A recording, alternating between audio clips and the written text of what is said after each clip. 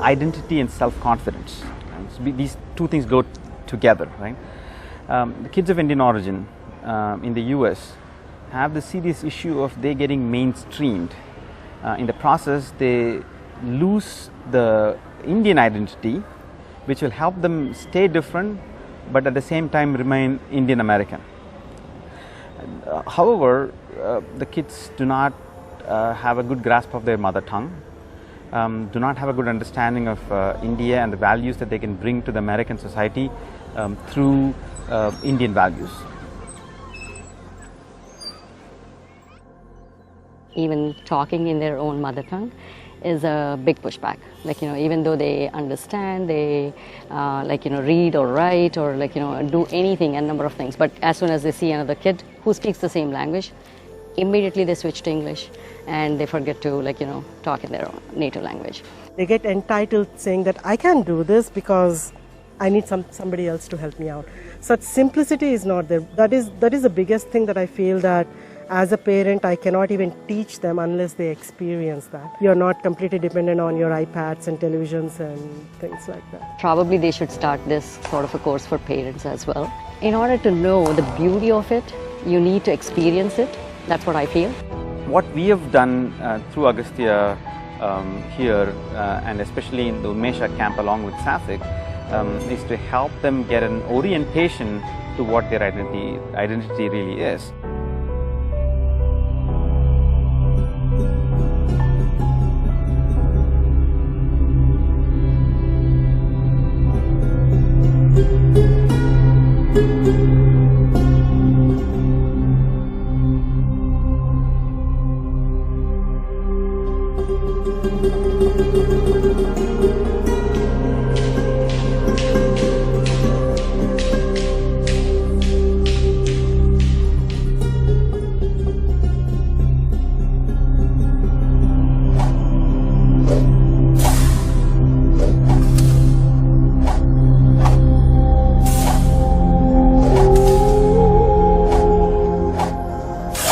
They don't teach these types of things in school. Like when they do the history about India, they say they just say some myths and stuff that's not even true. So like, hey, India is divided in north and south.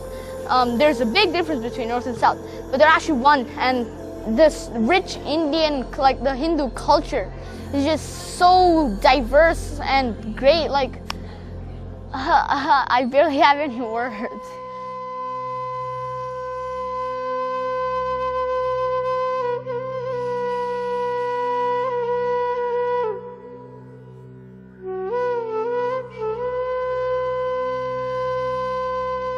Indian way of solving problems in their back pocket, that could always be helpful so that they can play a role in the society that they are in, wherever they are, whether they're in India or in the US, and be solving problems differently if that can help them reach the goal quicker. I was talking about cancer research with Ayurveda. How can you stop using either dance movements to stop depression, and using cancer to using Ayurveda to stop the cancer, to stop it from going farther. Oh, we learned about Indic knowledge. We learned about our Shastras. We learned about Vedams. We learned about all of the the Upanishads and everything. Our culture, because it's dying really immensely, and it's gonna go away in a couple of years if we don't teach our future generations. We believe that they can get smarter because they're learning stuff in the original. When we think about origin of trigonometry or origin of geometry, these are original texts from which they're going to learn these subjects.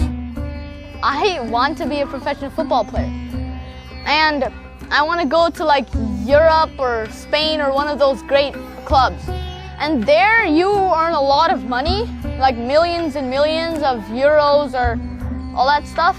Okay, and with that money I can fund these classes like Unmesh program, or maybe even make them myself, because it's really important for kids to learn about their culture, so when they grow up they can pass their knowledge on.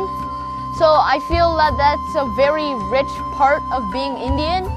The idea of India losing to foreign invaders over a period of time, and we learn about these invasions a lot more, and they get highlighted in our history because our history has been given by the British, and it's been built in a certain way for a reason. And here in this camp, we are actually helping them understand the history of victories in India that has actually enabled India to have a continuous civilization for thousands of years. Honestly, I think I'm so confident I could literally wear a dhoti and walk on the street in America.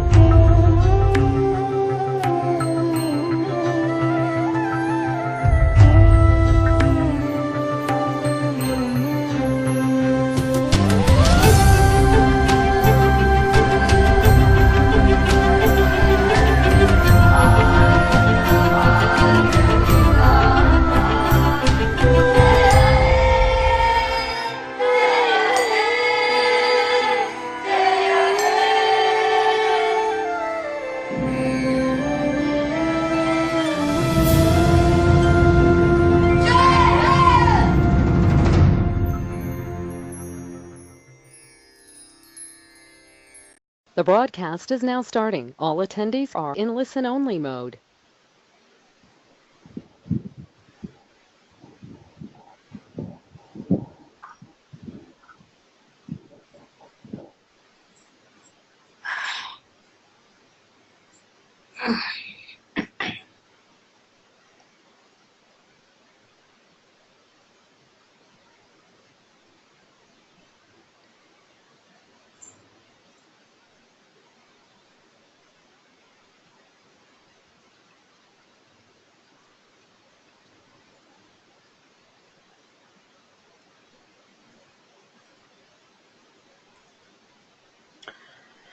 Namaste everyone, welcome to our webinar on Jignasa, an overview.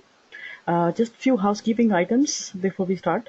We will be taking questions in the end, so please type your questions and we will answer them towards the end of the webinar.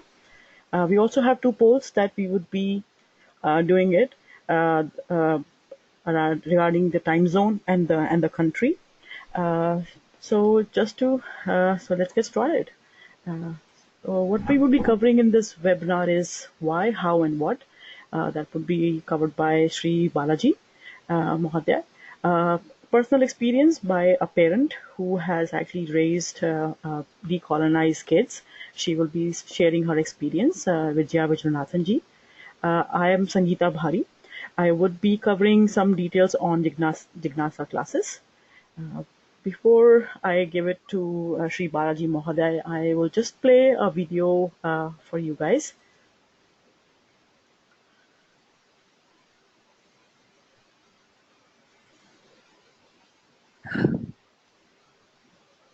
So please let me know if you're able to see my slide,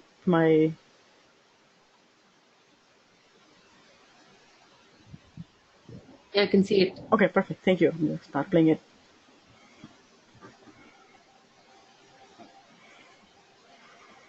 But not able to hear. Oh.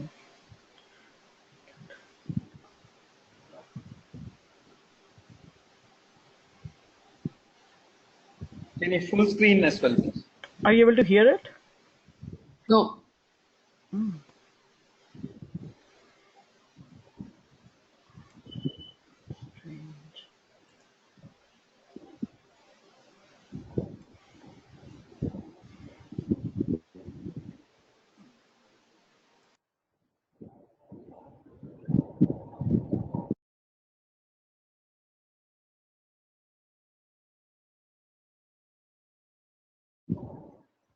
No audio, Bhagini. Yeah. Bhagini, no audio.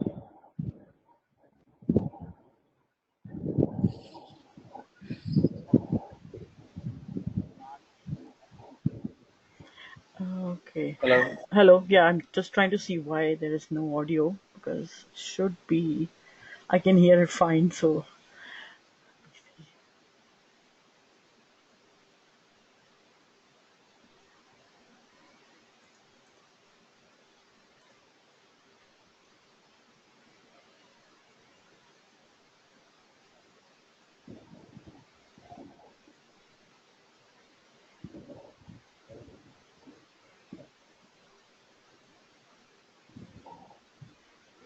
Maybe we can skip the short video yeah, I guess so. Okay. and then jump straight into the Right. Yeah. And I'll see. webinar. I'll Then see. maybe.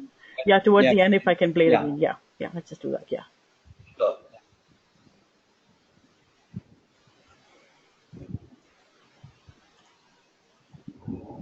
It's all yours. Okay, awesome. So, namaste everyone. Thank you for joining our webinar today. Sorry about the little glitch with the video. Hopefully we'll fix it towards the end. So I'd like to start with quickly going over the why. So we are all gathered here to learn some Indic knowledge or some knowledge, especially for our kids. We're here for our kids. And why would you actually sign up for a program like this for your kids? Why not use our existing education system, or teach the kids by yourself, right? So the quick answer is we've been raised and taught in a very colonized way, and for us to understand why our education has been colonized, I'd like to go to the next screen to quickly show you what Subramanya Bharati says. Subramanya Bharati is one of India's great poets and freedom fighter. And in this beautiful poem, which is written in Tamil, he says, those who have not gone through a deep learning of Kalidasa, or even high-level learning of Kalidasa, let me put it that way, or not having read the works of greats like Adi Shankara or Bhaskara and his mathematics, or Panini and his grammar, or people who have been through colonized education. So that's a beautiful litmus test for us to understand whether your education has been colonized or not. If you've gone through all this, I'm sure you are qualified to actually get your kids through some good Indic education. But if you're not, Agastya Gurukulam is one place where you can help decolonize the education for your kids, and also for you to have a good understanding of what decolonized education is by being part of our parental classes. The poem goes on to say that if you do not believe in me, by the way, Bharati says, I'm willing to take you to 1,000 temples and swear in front of the Lord in the temple to let you know that your education is truly colonized, and there is a dire need for fixing that. So given that Subramanya Bharati is one of our rishis of the modern day, I'm sure you will all agree that there is something that needs to be done for us to decolonize our education and help our kids gain Indic knowledge. Moving on to the next slide. What happens when our kids' education gets colonized? There is a lack of understanding or lack of knowledge of Indic languages to begin with. First is the lack of understanding of mother tongue, and then of course Sanskrit. And through minimal knowledge or no knowledge in mother tongue, the kids are kind of diverse from learning the vast literature that's present in Sanskrit and in our mother tongue.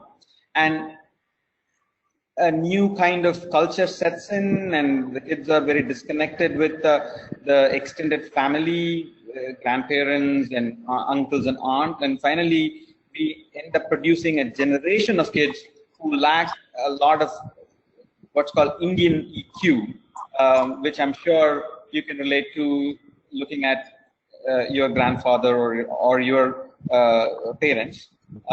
And you can see the gap in understanding of Indic knowledge and Indic common sense in the kids of today. And especially for those who live abroad, they are also distanced from India physically, and that actually brings in other layers of complications. They kind of get disconnected from day-to-day news, and even the basic history and geography of India is actually very unknown to them.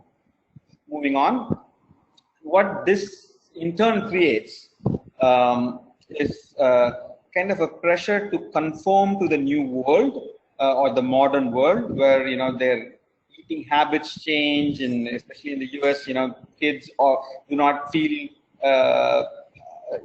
confident, or they have a low self-esteem about even taking Indian food to school for lunch, and our kids are taught Western exceptionalism, Western values, and start believing that less and less of Indian knowledge or Shraddha is required for them to actually succeed in life. And they are taught more and more of critical thinking, scientific rigor in schools, and the idea of rasa, or the ability to emote to different emotions that pops out of literature is kind of foreign to them for the most part. So these are some of the effects of the current Western system of schooling. Moving on.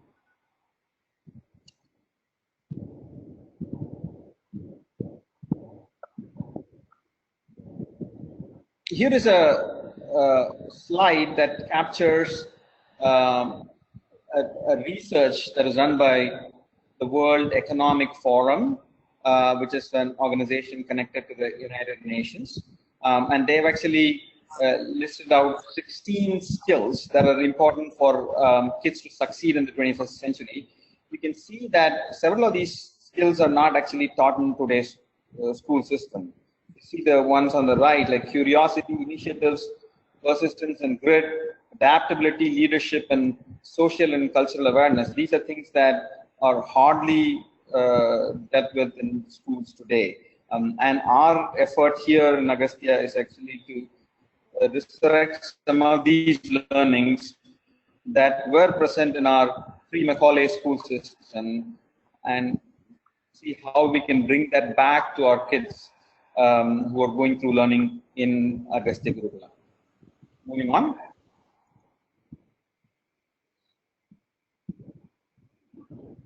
Just waiting so that the screen changes. I'm in a little village in India at this time, so it could be that my screen is not changing and your screen already changed. Okay, there you go. So my screen changes now. So I also wanted to quickly highlight the need for an understanding, a deeper understanding of Sanskrit and our mother tongues, which forms the basis for all Indic knowledge. And the current course that we are talking about has a lot of Sanskrit and history, and we plan to actually build a foundation through this coursework so that the kids can actually learn more of science and mathematics and other aspects of Indic knowledge as they continue to work along with us. And the reason why Sanskrit and our Indic knowledge and our other mother tongues are important is that our languages are more perfect than English. I do not have the time to go into all that. This is a webinar for 45 minutes from our side, and then we want you to ask questions. So we can deal with that at a different time. And the other aspect of Sanskrit and our mother tongues are, the nature of our languages makes us think for every word. While we are talking in English, we think at a much higher level, at a sentence level. But while we are talking in our mother tongues and in Sanskrit, especially in Sanskrit, you will have to think through every word, and when you do that, your brain has to work a little harder and gets used to that level of depth, and that improves our mental faculties as well. As each word, whether it's a noun, it has to be declined in Sanskrit or in mother tongues right at the word level, and the declensions don't sit outside of the word. That's one of those various reasons why you'll have to think at the word level.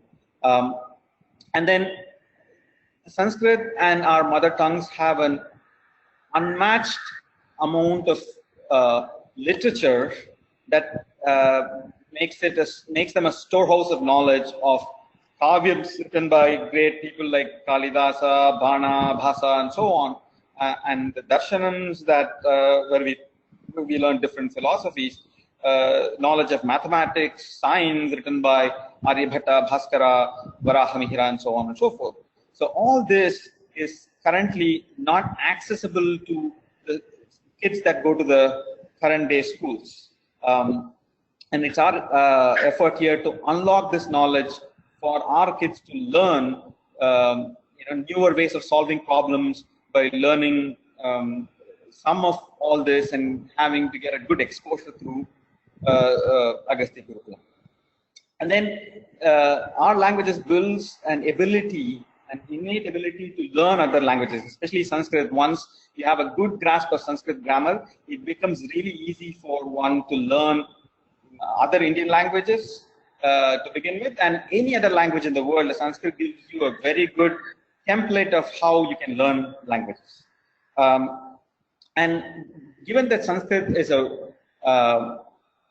very strongly typed language in terms of programming languages, so it's like learning a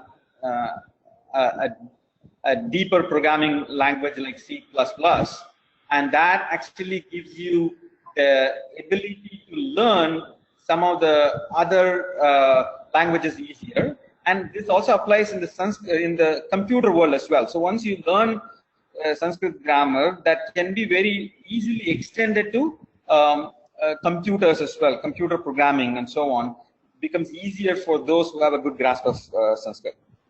And finally, all this actually helps in building self-confidence in our kids, for them to feel very comfortable with learning new languages, for them to feel comfortable with learning programming languages and so on. So moving on, I'm going to talk about how are we planning to decolonize and restore our education system in our own little way through Agastya Gurukula. So the next slide talks about the salient features in the Indian education system. So number one, the Indian education system is a very complete system that has been around for thousands of years, and it's a time-tested system of that was taught through schools, colleges, and vocational learning. And in spite of the fact that it has been systematically eliminated over the last 800 years, there are pockets of this knowledge available that can be used to resurrect it.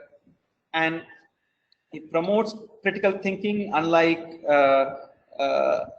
learning religious studies and through other religious schools that are non-Sanatana Dharma schools.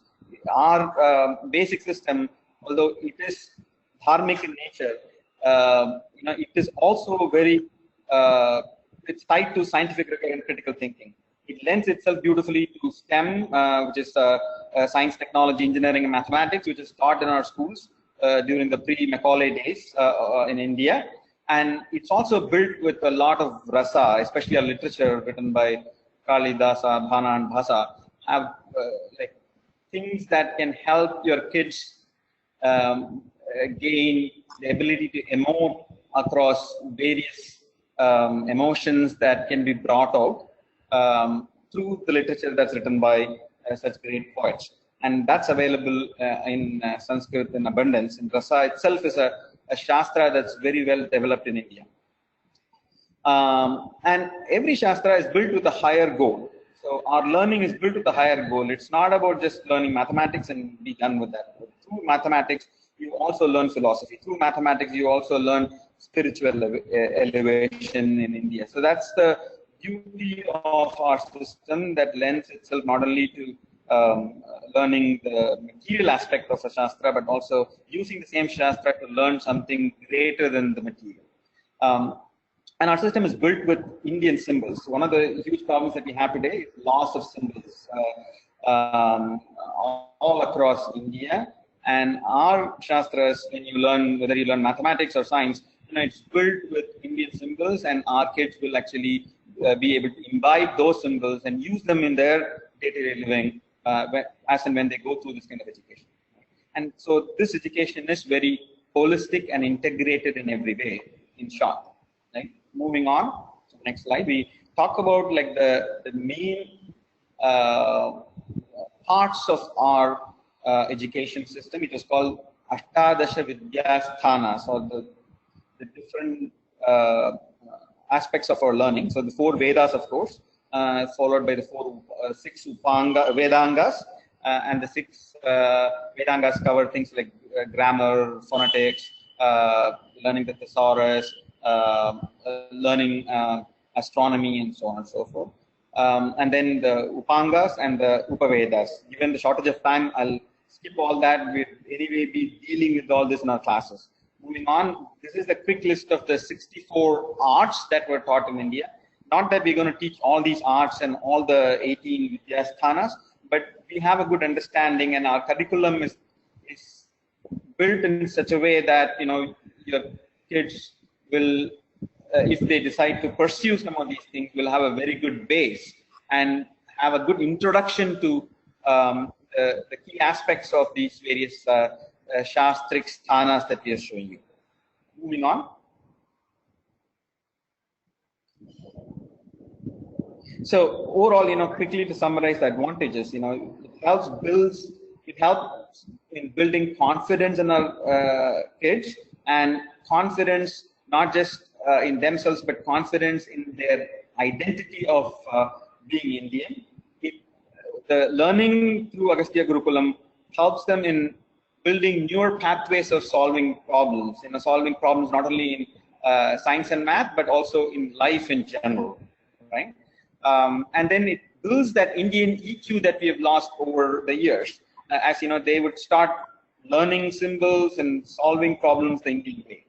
And then it helps, overall, this helps in protecting the uber Indian system that has been lost. As you know, as we continue to try along with these kids can become ambassadors of this learning and the system underneath, and you know, that'll help retain the Shastras that we have, and also the symbols that the Shastras are built on. Moving on. So quickly summarize what Jigyasa is all about. Jigyasa is the first level coursework for kids between 5 and 8. The key thing that I'd like to stress on here is Jigyasa is not a trivial, hey, you know, I sign up my kid like I sign up for swimming and so on. I'm sure swimming is also something that can be pretty serious, but we are really looking for committed kids who are committed to deep learning. So initially there are going to be weekly classes, and then we would have camps and so on and so forth. So this is the journey that we would like for your kids to embark on in learning Shastras and Indic knowledge, right? And this, we believe, would build true expertise in your kids in problem solving the Indian way. So this is no consolation coursework, and this has various levels, and as the kid goes through various levels, we would have intense workshops in between, and kids are going to learn from weekly classes and these workshops. These are the salient features of the program. We're going to be teaching Sanskrit. The first program is going to be a little heavy on Sanskrit and history, and then as the the levels start unfolding, the kids will learn science, mathematics, and Purva Paksha, or the art of debating with other philosophies and other thought processes in this world. So these 5 aspects of learning are what will be covered in Agastya, and this specific course will cover Sanskrit and history predominantly. We're going to have weekly classes. We expect some self-study from your kids. It's going to be a multi-level program, and finally we want your kids to start applying their learning in the real world. So what we are teaching is very relevant to the modern world. This is not going to be very disconnected, learning something and be able to like chant that in front of our mandirs or temples at home. So it's what's important, what's advantages to the kid is like what they learn would be directly applicable in the real world. And if our vision gets actualized, we would like for our these kids to become custodians of one or more of Indic knowledge streams. We'd like for them to develop into active supporters of our traditional systems and the scholars who are the torchbearers of the system today. And we'd like for them to participate in new knowledge generation. Once they reach a certain level of expertise, we'd like to start building on the existing Shastras and for them to extend them, and also lead an Indic life or Indic Sanskrita Jivanam, by using the symbols and the sanskaras that are actually taught through the coursework. And we believe that as they kind of bloom through this education, tomorrow they can actually build possibly an alternate Indic economy that requires this kind of Shastras as a prerequisite for them to succeed in that world. So having said that, I'd like to hand over control to Vijaya Bhagini. She's actually successfully has raised 2 decolonized kids, so who I have the pleasure of interacting with in the past. One of them is in Stanford today, applying his Indic knowledge in the real world as well. So I'd like for her to share her experience, and she's also part of our board, and she can tell you how Jignasa and other coursework within Agastya can help with your kids as well. Vijaya Bhagini? Namaste. You want my webcam on, or I thought to give a face to the whole thing. But anyway, namaste everybody. Thanks Balaji. Great to be here. I just wish I had Agastya while I was homeschooling my children. Both my kids are homeschooled, and a program like this would have added so much, because I had to I was depleted myself in a lot of Indic knowledge systems, and so I had to learn and then figure out how to go about teaching them, what to go about teaching them. So anyway, so my goal was very simple. I wanted to essentially bring back the cultural clock. So that was my and it wasn't very hard, because we were so totally depleted that just even a few ticks backwards would be great achievement. So I had very humble, modest goals, and all I wanted to do was leave this next generation a little better than my forefathers were 2 generations ago. So the thing that Balaji talked about, what we have essentially, he wanted custodians for this, but I think each of us should ask, what can we do as individuals, as families, because we've been blaming Macaulay and the British, colonization for so long, but we really haven't taken any steps to do anything about it. And I think each of us individually can do it, and not just for the sake of doing it, but there are actual advantages in the modern world today. Like Balaji said, it's just not to make you think differently and succumb to sort of pressure, but it also gives you, there are new areas of business that, mind sciences is very important today, and lots of the meditation and yoga practices are being used in Harvard, no less. They're doing research. So these sorts of things are actually useful. You can actually make a living out of it, a very successful living out of it, and not only that, you'll be in demand in the future. So I have 2 boys. One, like Balaji mentioned, is in Stanford. So and he got into most of the IVs as well. Last year or 2 years ago, he applied. I have another senior this year. He's already got admission into a couple of British universities, and we are waiting for the American system to unfold. So having said that, learning all this is not a waste, even if you want to pursue a modern education in a Western university. Actually, this might even help you out. Not that you should do this for that sake, but even that is covered. So why it's important is the universality of the dharmic lens, because it teaches you to learn things that will keep you in good stead, that would keep you, the environment, the world in good in balance. And I think that's a very, very important sort of thing. We can all get qualifications here and there, but I think ultimately one should be balanced, and the purusharthas of sorts should be met at whatever level.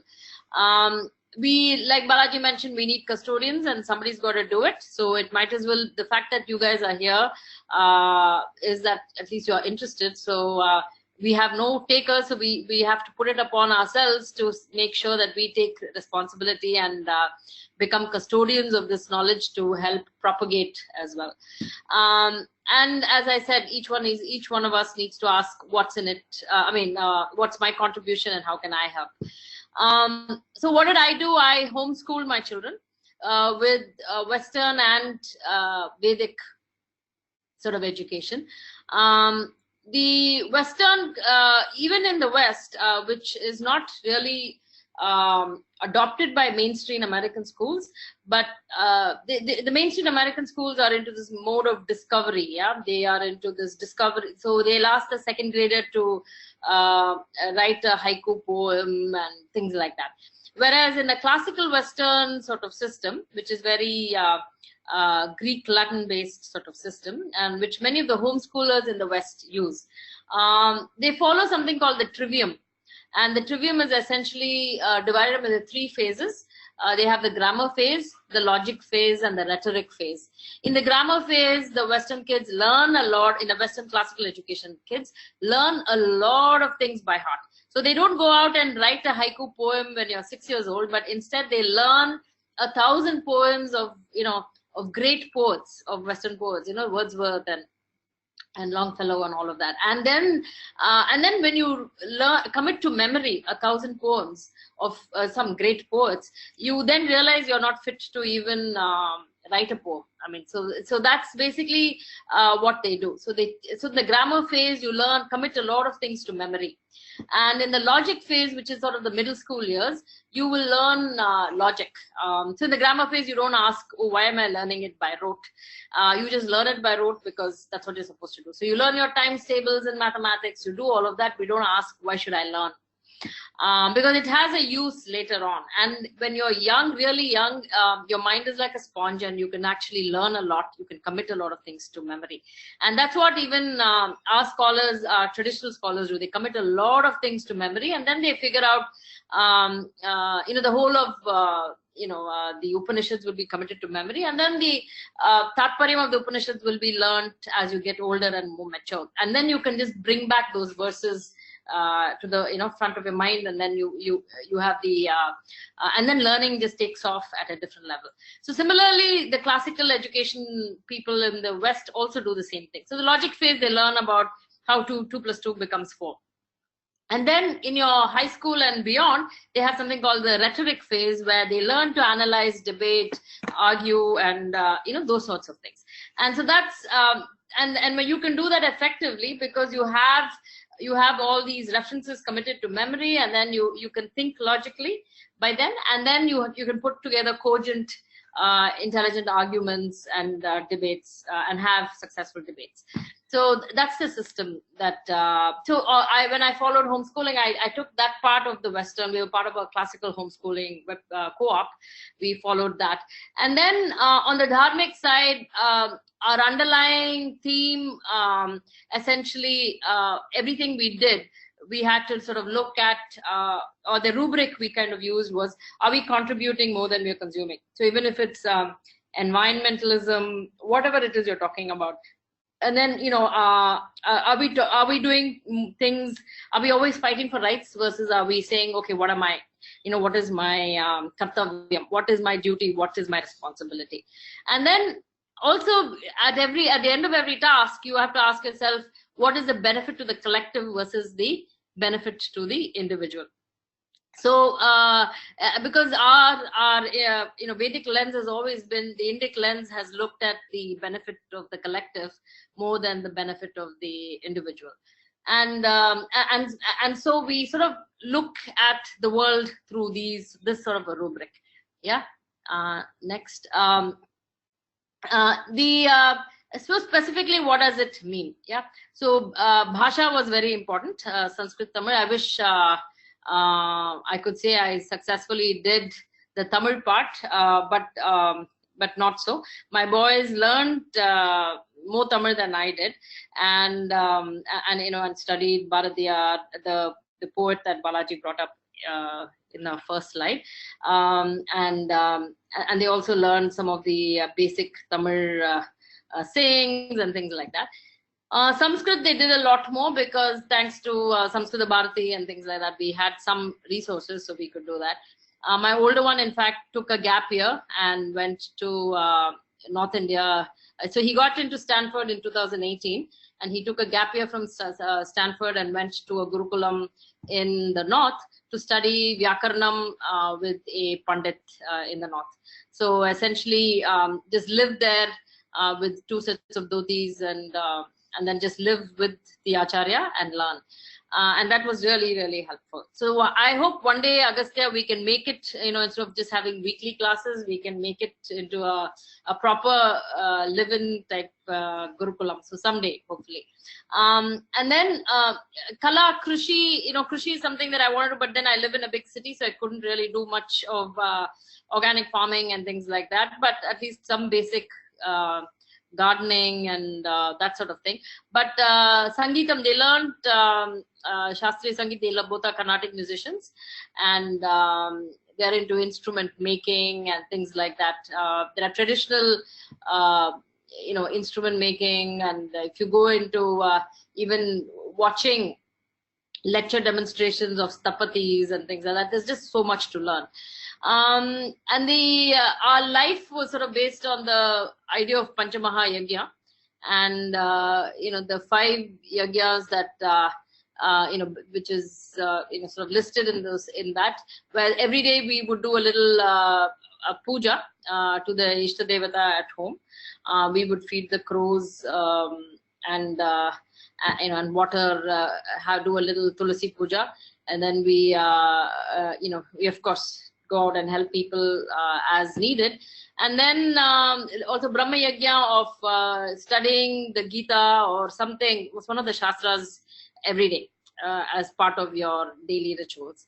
So because the runams that we owe a lot to our forefathers, so we have to, and our ancestors, so we want to pay that back somehow. Yeah. So the 5 Panchamaha Yajnas are a big part of our daily lifestyle.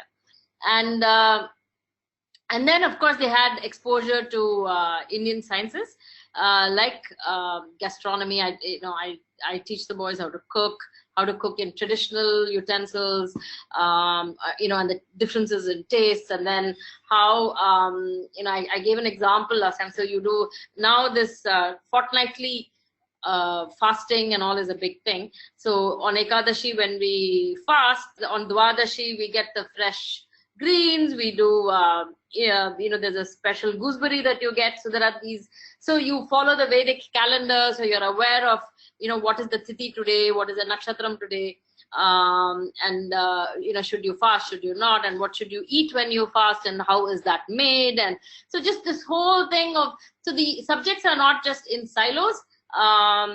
Cooking is connected with the tithis, is connected with the astronomy, and everything is connected, and then how you eat, what you eat, seasonal, what are the different types of greens, how does it affect your health, why do you fast, and do you feel good after you fast? So the whole thing is all one, it's deep science. It's just not just cooking something that's tasty, so that whole thing again is a science in the Indian way when you look at it.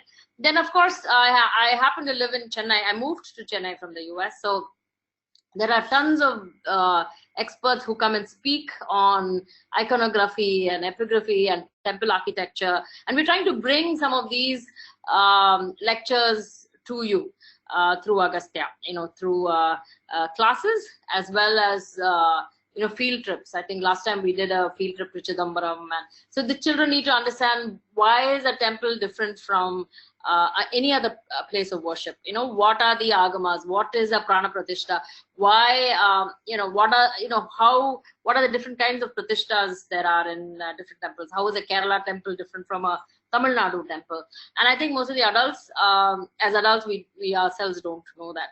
And when you know that, can you address an issue like such as Sabarimala, if, for example, when Sabarimala became an issue, right? Is a devata a person who with the rights?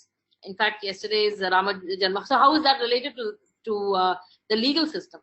In fact, ships, when they are in international waters, is considered a legal entity. The ship itself is considered an entity with sort of rights.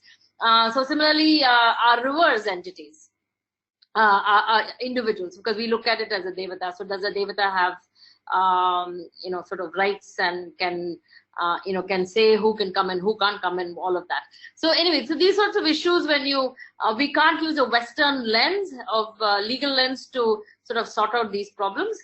We need to have a good basis of civilizational sort of understanding of where these things come from, because right now we are using a Western framework to solve Indian problems, and so it becomes very useful as they get into adulthood and become leaders in society and government, and can opine on these sorts of things. So they can opine with a little more depth and reflection, rather than just saying, oh, this is how it works in America or Europe, and then apply it here. So so that's basically, I mean, you can move off to Balaji mentioned rasa, and I'll give you an example of one of the things that my older one Siddharth did. He went to IIT Mumbai to study Chanda Shastra with a professor in IIT Mumbai, and he is a musician. So at UPenn Sanskrit conference, he gave a little half an hour talk on where he combined combinatorics, the mathematics in Chanda Shastra, and came up with a Pallavi that he sort of composed himself, and showed how the beats in music sort of relate to the combinatorics and the mathematics in Chanda Shastra. And the nice part is, to learn mathematics with rasa, right?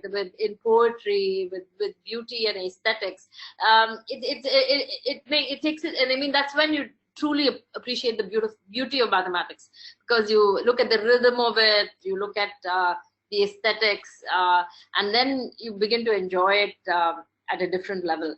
So that's what Balaji was talking about in terms of rasa. Everything has, it's not a dry subject in a silo, but the connectedness gives you the rasa.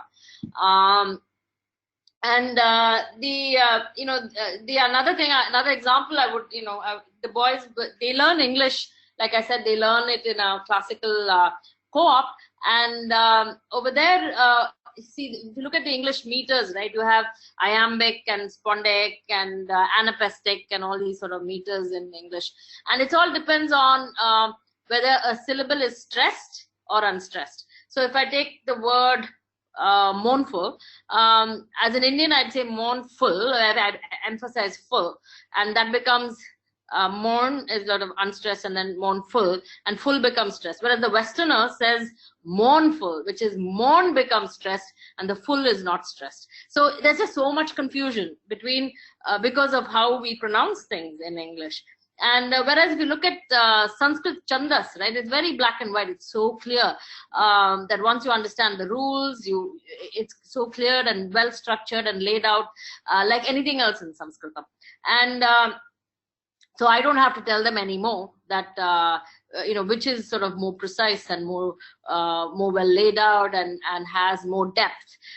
It is self-revealing. So I don't have to tell them that English as a language is sort of a crummy language from a structural standpoint, yeah. Whereas Sanskrit is sort of well laid out, well thought through. It's amazing how somebody would actually think through at such a level. So I don't have to say that. They themselves understand when they are able to juxtapose both, side by side, and they figure out, okay, this is really wonderful, and you don't have to emotionally sort of coax them and tell them, hey, our culture is great, and we are the facts speak for themselves. Yeah. So when you expose the kids like that in a very factual, reasonable, scientific way, they themselves have tremendous respect for their own heritage, and they're not going to be afraid to to speak out, to wear their culture on their sleeve, if you will. Let me go to the next. This is the set. Okay, so essentially what it has done is, they don't succumb to groupthink. They appreciate their culture for its true merits, and they are able to resist pop culture because they appreciate actually sort of more meaningful, deeper. This rasa in them has, you have kindled the ability to appreciate rasa, and so they seek that more once you expose them. The initial part is tough. It's like learning sarigama is hard, but once you got the basics laid out, you can really appreciate great music. The initial part of learning ABCD and phonics is hard, but once you've got your reading done, then the world is open to you with all the great books that are written in English. So the ability to resist pop culture is there, and then they don't worry about hurting feelings and things like that, and political correctness, because they assess the merits, the facts, and because they've been used to a different system of structure and beauty and all of that. So they don't feel like they just have to be politically correct and repeat what everybody else says. So I think learning this helps people. Will help your kids. And my older one is in Stanford, is doing computer science. He's actually never programmed in his high school days, but now he's in computer science. He in fact took the higher classes because he found the lower level classes quite easy, having never programmed. So essentially what I'm trying to say is this is actually helpful. Will make your kids think differently, will get jobs, will make them really prepared for jobs in the future, and will really sort of gear them up for the next century in terms of just Vyavahara. We're not even talking about trying to be higher ideals of custodianship and things like that. It would be great if they are, but it'll actually prepare them really well for the future. So I'll give it to Sangeeta, who will then now talk about. Oh, by the way, one last thing I wanted to actually mention was Sangeeta, Mittal, Priyamvada, and Balaji Mahodaya and myself. We all put in a lot of time into this and resources. It's not like a for-profit thing. We want to give children, our own and others, kids, the exposure and an opportunity to learn. So this is something that we are doing out of because we feel like we need to do something. Yeah. So this is not a for-profit venture of any sort by any means. In fact, it takes a lot from us. We're all very busy people with day jobs, and so we put in our time, our money, our resources to make this happen. So so please keep that in mind, because this is not a for-profit initiative. Yeah. So thanks, and I hand it over to Sangeeta. Oh, okay. Thank you, Vijayji. Thank you so much. I know we are running a little tight on time, so I'll be quick. At the same time, I want to give you all the information regarding the Jignasa classes that we are having. Class information. These are online classes. We will be starting by teaching Sanskrit. It's a parented class. Parents are only allowed to watch their kids so that to make sure that they are attentive in the classroom. Parents are not supposed to participate in the class. If you have any questions during the class, we would expect that you email us later on and not interrupt the class. We'll have different batches. Every batch will have about 15 students. Each class will be about 45 minutes long. There would be 2 classes per week for each batch. We will also have some catch-up classes. There will be 1 class per week. We expect you to practice daily at least 30 minutes with your kid, and we will tell you ways on how you can incorporate those practice in your day-to-day life. These are meant for ages 5 and 8. What are the various class activities? We'll teach them reading, writing, and minimal converse in Sanskrit, some basic slokas, memorization of Amar Kosha, stories, some quizzes, some sort of artwork, and some homework. Class requirement, they are all online classes, so we expect you to have some form of a PC or a laptop with a camera and a mic. It's a parented class, so one adult has to be with the child. We want the kid to be attentive, on time, participate, do their homework on time, and follow simple instructions. Our first batch is starting the week of November 18th. The classes would be held every Monday and Thursday at 6 p.m. Pacific time. This is our suggested fees. It's 30 per month, or you can opt to pay for the full year, which is 20 per year. The year being from November till June of 2020. We also have some financial support available in exchange of some volunteer work, some seva. We had a webinar last week and we had a lot of demand from India. So we decided to start a second batch for India time. That is also starting the same week, November 18th. The classes would be Monday, Thursday at 6 p.m. This is India time. And the fees is the same as our other batch, $30 per month, or you can pay $200 for the whole year. The year being November of 2019 till June of 2020. Again, financial support is available in exchange of seva. So email us if you want to help us. How to register? I'm quickly going to show you how you can register for our classes. All you have to do is go to our website.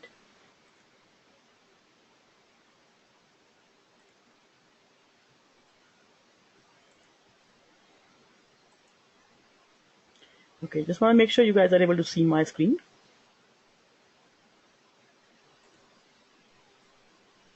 Okay. So, yeah, we're able to see it. Perfect, thank you. So just go to our website. Under programs, you will see Jignasa. Just go in there. And you just have to have an account with us in order for you to register. So just sign in. I already have an account, so I'm just going to sign in using my account.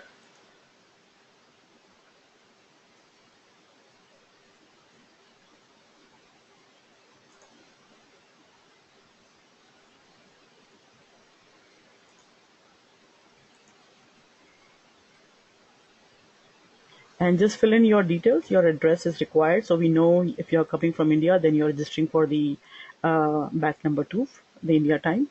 Select the number of students. If you have more than one kid attending, then you can select 2 and then fill out the information. You can choose the payment option, either monthly or yearly. And then we are accepting payment through PayPal. So PayPal does, we can accept any credit card through PayPal. So just enter details. I'm just trying to show you one quick demo. So when you ask me to.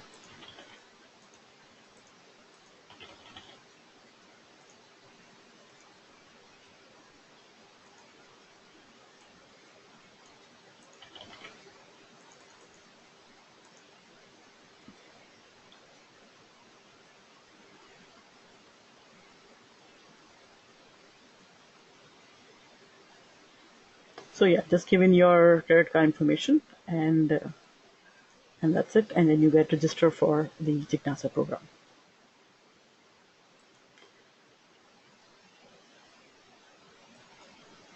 All right, moving on. Um, we have more batches that will be coming soon. We will schedule based on the time that is more convenient to students across US, Europe, Australia, and APAC. We also have a poll right now which we would want you to take to get an idea of which country and which time zone you are coming from. So I'm just going to launch a poll, and please feel free to take it.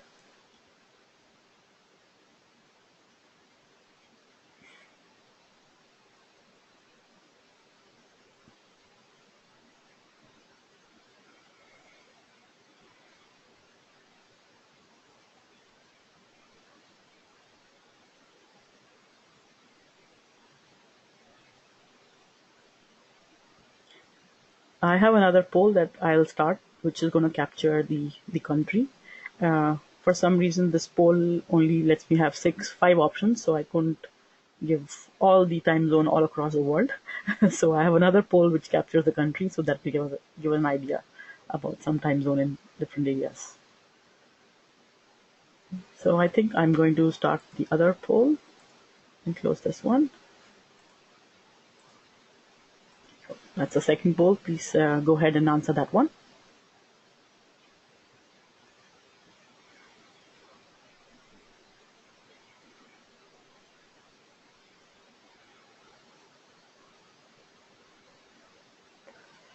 All right, I think I'm going to close this. Thank you so much for answering the polls. Moving on, I think now we are ready for some Q&A. So like I mentioned, please feel free to type your questions and we will answer it to our best of our abilities.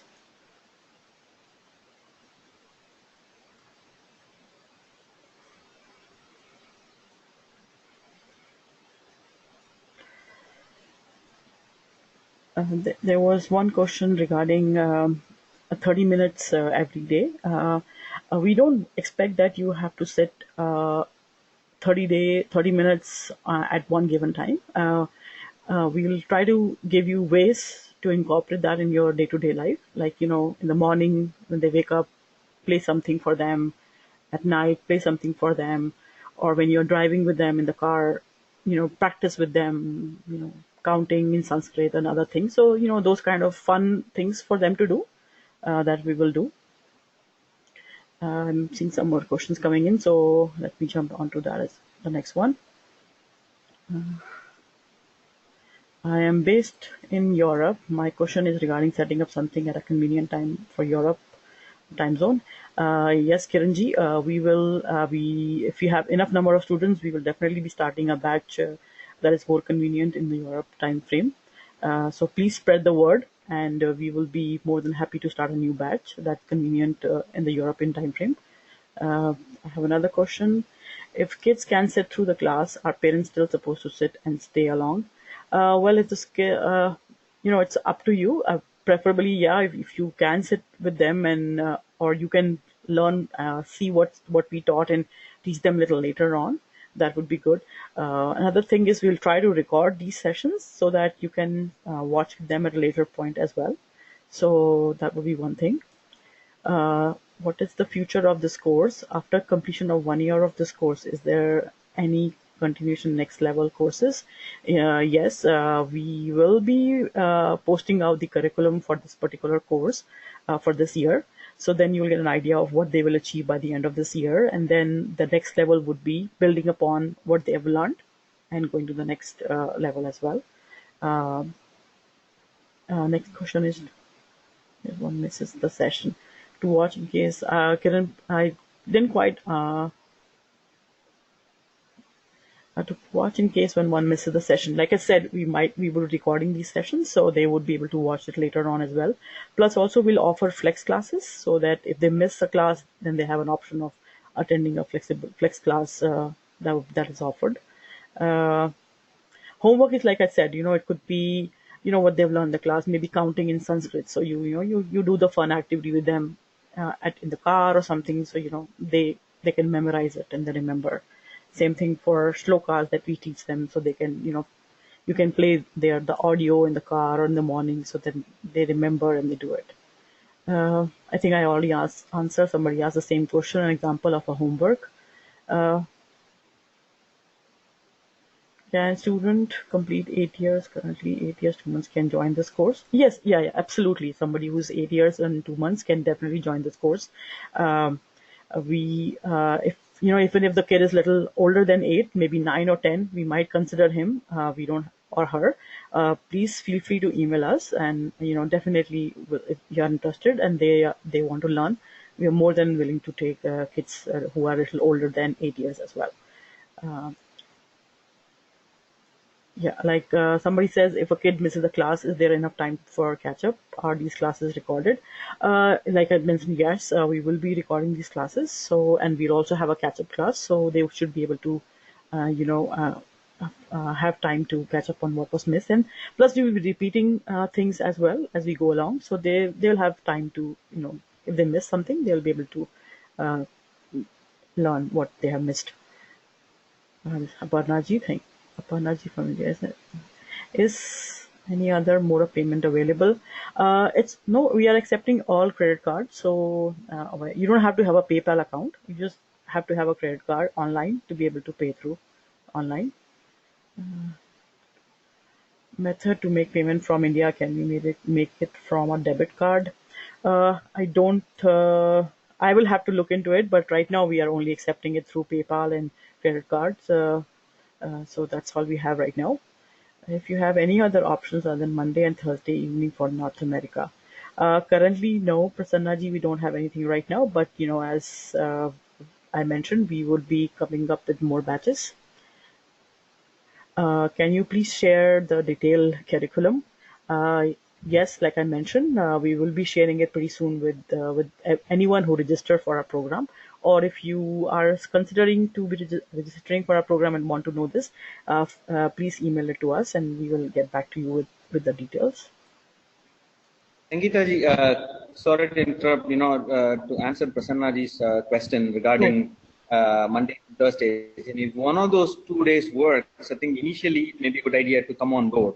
And then the class that has been missed could be actually listened to through the recording, and any questions that might come up from the recording could be covered in the catch-up class. And this could be a temporary arrangement for like 2-3 months before we start a fresh batch, or if Prasannaji could actually make some accommodation in his kid's schedule.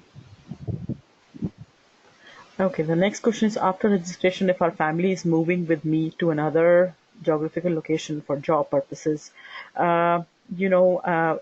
you can do the monthly subscription for the classes. And if you move and there is another batch that works better for you, we are more than welcome to transfer you to a different batch, a different time frame. And then if there are any additional work that we feel that you need to do in terms of if you are falling back on that batch, or we'll work something out for sure.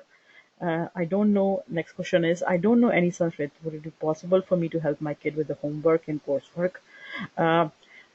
Yes, absolutely. Since you will sit with your kid, I have a feeling you will also get a chance to learn. Like I am looking forward to this for my kids, and I also don't know any Sanskrit, and I'm looking forward to learning it in the process.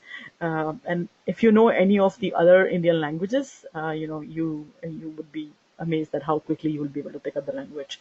And I would like Sri Varya to chime into this if you want to address a little bit of this. I think you said it right, absolutely right.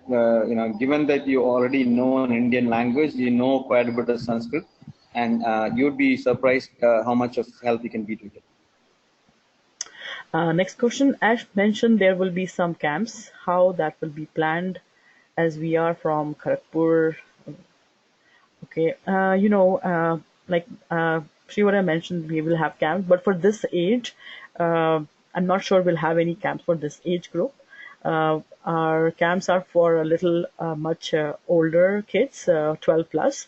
If we do camps for them, it would be a day or a 2 camp or something, and then As we plan, we will give you all the information, and then we'll go from there. Next question: would you have recorded video of the current session to be able to spread the word around here? Oh yes, this session is getting this webinar is getting recorded, and even our previous webinar that we did last week is also recorded and is on our YouTube channel. And we'll be posting this one as well on our YouTube channel. And yeah, please spread the word. Thank you so much, Karanji. Appreciate that. Next question: can we attend the course from our mobile and tablet? Yes, as long as you have, as long as you can hear us and we can see you and we can hear you, it doesn't matter which you use a mobile or a tablet or a laptop, as long as it's functional. That's all is required. What are the other batch timings for India? Right now, we only have Monday and Thursday, 6 p.m. for India, but we will be starting some more batches in the near future, and we will keep you updated. Next question: curious as to what influenced Mrs. Vidya to homeschool the kids in Gurukulam fashion. This question is from. I think she already talked about quite a bit why she did that. I hope you can. But the thing was, I was a full-blown adult, and I didn't know much of where I came from or where I was going. Although I was considered to be a very successful adult. So in terms of just having a good job and all of that. But I realized that I had no clue, and I did not want to raise my children that way, the way I was raised. Not that I'm complaining against my parents. It's exactly what I deserved, and I completely accept that. But I thought I should do a bit of a better job because I went to convent. I'm convent educated and sort of have no cultural moorings of any kind. Other than some bit of classical music or something, but other than that, languages was a cipher. Just everything was a Western sort of upbringing that I had. So I did not want to have that for my kids, and I looked at. They were in very fancy private schools in the U.S., and I was paying maybe $25,000 to $30,000 for kindergarten or something. And then I looked at the teacher, and I thought to myself, what can she teach that I can't teach? And so I just pulled them out on Sunday. I decided this, and Monday morning I pulled them out. So that's basically, and then there was no turning back. Okay. Yeah. So next question is, since you don't have anything for Europe, should I still register? Yes, please go ahead. You don't have to register for Jignasa, but please go ahead and sign up for our website, so that when we have new batches coming in, new timing, you will be updated. Next question: any chance of weekend Saturday Sunday classes for India? Please do keep us posted. Yes, absolutely. As and when we come up with new timings, we will keep you updated. Like I said, please do sign up on our website so that we can keep you posted of any new batches, new timings. Next question: can we join the previous batch from India, that is 8 a.m. Indian Standard Time? Yeah, right. Like I said, we have two batches. So, sure. Sorry to interrupt. Regarding, hello. Hello. Balaji, we cannot hear you at all. Go ahead, Balaji. Sorry. So regarding Kiranji's question regarding attending from Europe, if one of those, can you hear me? Hello? You started off well, but then you started. Yeah, you started off. I was saying one of those two timings, if the one of them is slightly convenient, maybe she could pick that one time and slowly switch over the European time mode. Okay.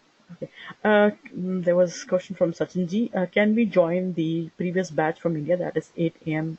Indian Standard Time? Yeah, we have two batches. So, once you register for the program, you can just email us, letting us, or, in the notes there, you can mention which batch you're interested in. Even if you're based in India and you want to do the morning batch, that's absolutely fine. There is no question there. You can attend either of the batch. Are there any custodians and represented locally to the locations? We are based all over the world. We are in Canada, US, and India. So we have people in different part of the world, if that's what you're trying. So I think Sangeeta, let me maybe respond to that one. Okay. So certainly in Bangalore, we have a volunteer. She is on this call. Her name is Lipsa.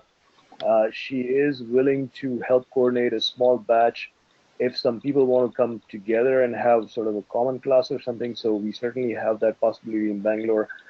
We are encouraging our friends and any volunteers who are interested in helping us to do the same in other parts of the world. I mean, here we are based here in Calgary, Canada, and that is something that we would potentially look at as well.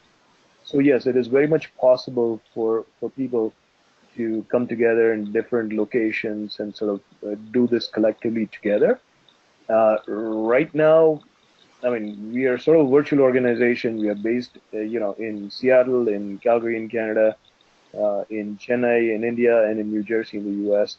So that's where we are personally located. So if anybody wants to talk to or get together with us in those locations, yeah, we are available. But in other places, certainly we are looking for volunteers or people to help us to form sort of local study groups, if you will, which can be very helpful. And in Bangalore, we already have one person who is willing and ready to help us with that. So if anybody wants to reach out to her in Bangalore, please send us an email and I will connect you to Lipsa. Okay, thank you, Mithalji. Can two students join the class from one system? Yes, they can, as long as you feel that they can sit together and not argue. My two kids, I think I will probably have them sit separately because otherwise they will fight for camera, they fight for mic. So it's up to you, however you think your kids would be. And I would say we recommend that you don't, only because as it is, it's an online class and kids are really young. So there are enough distractions. And so if they can be separated in two different rooms, then that would be great. But we leave it up to you. Yeah. But again, like if you have more than two kids and then you want to create a classroom in your thing and then have them watch on a big screen or something, that's fine because then it's a little different. Like having more kids, like Mithalji just mentioned, having a batch be together doing it. So that's one thing you can think about if your friends kids want to learn that as well. Moving on to the next one. Which timing are these? Did you say there is a time convenient for Europe? Sorry, Shriji, I missed what you said. I think what Srivarya was saying was that if in the two batches that we are starting, if either of one class's time work for you, maybe the flexible time we might make it work for you somehow, so you can still register and let us know. What's the correct email ID for queries related to the classes? You can send us as registration@agastyagurukulam.org. At the end of this webinar, once the recording is posted on our YouTube channel, you all will be getting an email regarding the next steps. So, and that I'll have all the details on how to contact us. I think that's all we had for all the questions. I'm gonna just make sure I didn't miss anything. Yeah, I think everything is covered.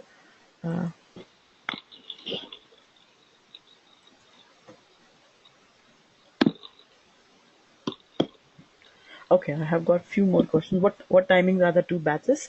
In the email I will send you all the details. It's one is Monday, Thursday, 6 p.m. Pacific, and the same date, Monday, Thursday, starting November 18th. The timing is 6 p.m. Indian time. So it's in 6 p.m. Pacific, 6 p.m. Indian time. Two batches, Monday, Thursday. What about the study materials for the kit? We will, once we start the batch, we'll give you the material that they need. Most of the things would be online, so they would be able to get it from the web. I think that's all the questions we had. I think we went a little over, but I really want to thank every one of you who stayed with us, and looking forward